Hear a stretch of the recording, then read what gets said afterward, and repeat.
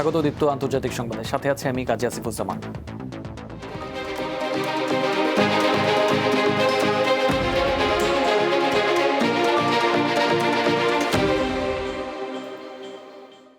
টানা 2 সপ্তাহ ধরে অর্থনৈতিক সংকটের জেরে বিক্ষোভের আগুনে জ্বলছে মধ্যপ্রাচ্যের দেশ ইরান। শুরুতে শুধু অর্থনৈতিক সংকট নিয়ে ক্ষোভ জানালেও বিক্ষোভকারীরা এখন সরকারের বিরুদ্ধে আন্দোলন করছেন। যুক্তরাষ্ট্রের প্রভাবশালী সাময়িকী টাইম ম্যাগাজিনের দাবি, চলমান বিক্ষোভে শুধুমাত্র রাজধানী তেহরানেই এক রাতে 200 জনের বেশি বিক্ষোভকারী নিহত হয়েছে। প্রতিবেদনে বলা হয়, গত বৃহস্পতিবার নাম গোপন রাখার শর্তে তেহরানের এক চিকিৎসক তাদের জানিয়েছেন, শুধুমাত্র তেহরানেই 6টি হাসপাতালে 206 বিক্ষোভকারীর মৃত্যুর তথ্য রেকর্ড করা হয়েছে, যাদের বেশিরভাগ গুলিতে প্রাণ হারিয়েছেন। অন্যদিকে ইরানি মানবাধিকার সংগঠন HRANA শুক্রবার জানায়, 28 ডিসেম্বর বিক্ষোভ শুরু হওয়ার পর থেকে অন্তত 62 জন নিহত হয়েছেন। তাদের মধ্যে 14 জন নিরাপত্তা বাহিনী সদস্য এবং 48 জন বিক্ষোভকারী। অর্থনৈতিক সংকট ও মূল্যস্ফীতির জেরে গত ডিসেম্বরে ইরানে বিক্ষোভ শুরু হলেও বর্তমানে তা সরকার বিরোধী আন্দোলনের রূপ নিয়েছে। এদিকে যুক্তরাষ্ট্রের প্রেসিডেন্ট ডোনাল্ড ট্রাম্প নতুন করে হুমকি দিয়েছেন, বিক্ষোভকারীদের যদি ইরান সরকার হত্যা করে তাহলে দেশটিতে কঠোর হামলা চালানো হবে।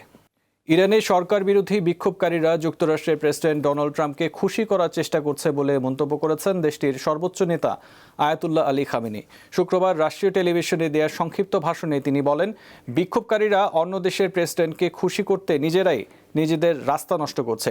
এ সময় সরকার বিরোধী বিক্ষোভকারীদের সমস্যা সৃষ্টিকারী বলে অভিহিত করেন খামেনি। বলেন, কয়েক লাখ মানুষের রক্তের বিনিময়ে ক্ষমতায় আসা ইসলামী প্রজাতন্ত্র যারা অস্বীকার করে তাদের সামনে সরকার পিছু হটবে না। যারা ইরান ধ্বংস করতে চায় তাদের মোকাবেলা করা হবে বলেও হুঁশিয়ারি দেন তিনি। এদিকে জাতিসংঘের নিরাপত্তা পরিষদে পাঠানো চিঠিতে ইরানের অর্থনৈতিক বিক্ষোভকে সহিংস আন্দোলন এবং ব্যাপক ভাঙচুরের জন্য যুক্তরাষ্ট্রকে দায়ী করা হয়েছে। গত বৃহস্পতিবার রাত থেকে ইরানের রাজধানী তেহরান সহ বিভিন্ন শহরে বিক্ষোভ তীব্র আকার ধারণ করে। ইরানের নির্বাসিত স্বঘোষিত যুবরাজ রেজা পাহলভিও ইরানিদের রাস্তায় নেমে আসার আহ্বান জানান। ভেনেজুয়েলার তেল শিল্পে বড় মার্কিন তেল কোম্পানিগুলো অন্তত $100 বিলিয়ন বিনিয়োগ করবে বলে জানিয়েছেন যুক্তরাষ্ট্রের প্রেসিডেন্ট ডোনাল্ড ট্রাম্প। হোয়াইট হাউসে তেল খাতের শীর্ষ কর্মকর্তাদের সঙ্গে বৈঠকের আগে এই তথ্য জানিয়েছেন তিনি। বিবিসি বলছে, ট্রাম্পের পরিকল্পনা অনুযায়ী এই বড় বিনিয়োগের মাধ্যমে ভেনেজুয়েলার ক্ষতিগ্রস্ত তেল অবকাঠামো পুনর্নির্মাণ করা হবে এবং তেল উৎপাদন বাড়ানোর উদ্যোগ নেওয়া হবে। হোয়াইট হাউসে অনুষ্ঠিত আলোচনায় ট্রাম্প জানিয়েছেন, বৈঠকে এক্সন মোবিল, শেভরন ও কোনোকোফিলিপস এর মতো শীর্ষ কোম্পানির প্রতিনিধিরা অংশ নিয়েছেন এবং তাদেরকে ভেনেজুয়েলায় পুনরায় বিনিয়োগে উৎসাহিত করার চেষ্টা করা হয়েছে।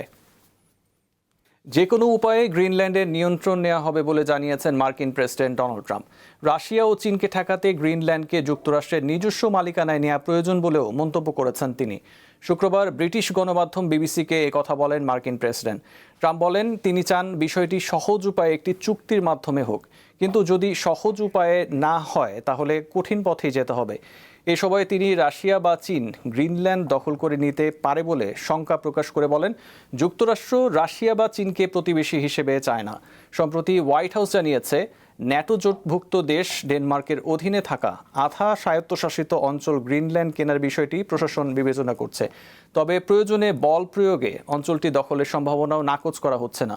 এদিকে ডেনমার্ক ও গ্রিনল্যান্ড উভয়ই জানিয়েছে এই ভূখণ্ড বিক্রির জন্য নয়। যুক্তরাষ্ট্র থেকে এই মুহূর্তে কলম্বিয়ার বিরুদ্ধে সামরিক পদক্ষেপ নেওয়ার বাস্তব হুমকি রয়েছে বলে মনে করেন দেশটির প্রেসিডেন্ট গুস্তাভো পেট্রো। শুক্রবার ব্রিটিশ গণমাধ্যম বিবিসিকে দেয়া এক সাক্ষাৎকারে এমনটাই জানিয়েছেন তিনি।